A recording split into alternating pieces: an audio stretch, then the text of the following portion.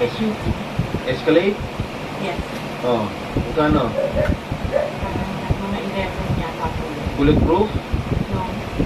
Isa lang. One white, one black. Dalawa. Both. At 11 million each.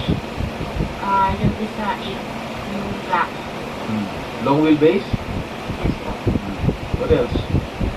Yung GMC. What is this GMC? SUV rin to. Oh. How many? Dalawa. Dalawa rin. How much each?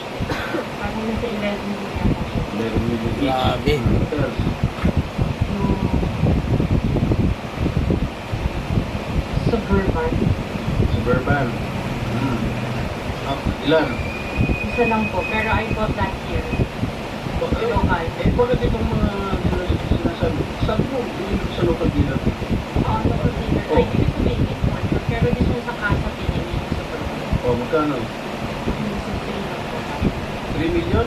Brand new? Second hand? Pinili mo, second hand? Tapos lahat yung mga luxury cars mo, yung mga Rolls Royce, Maybach, Bentley, Escalade, G63, pare brand new. Bakit bumili ka na second hand Suburban? Ano na siya yung lumang model? Hindi siya yung brand new model. Kaya nga, bakit ka bumili ng second hand? Kasi yun naging available kasi that was the time, at that time it was pandemic. So that was the time na yun lang ang available. When did you acquire all these luxury cars? All at the same year?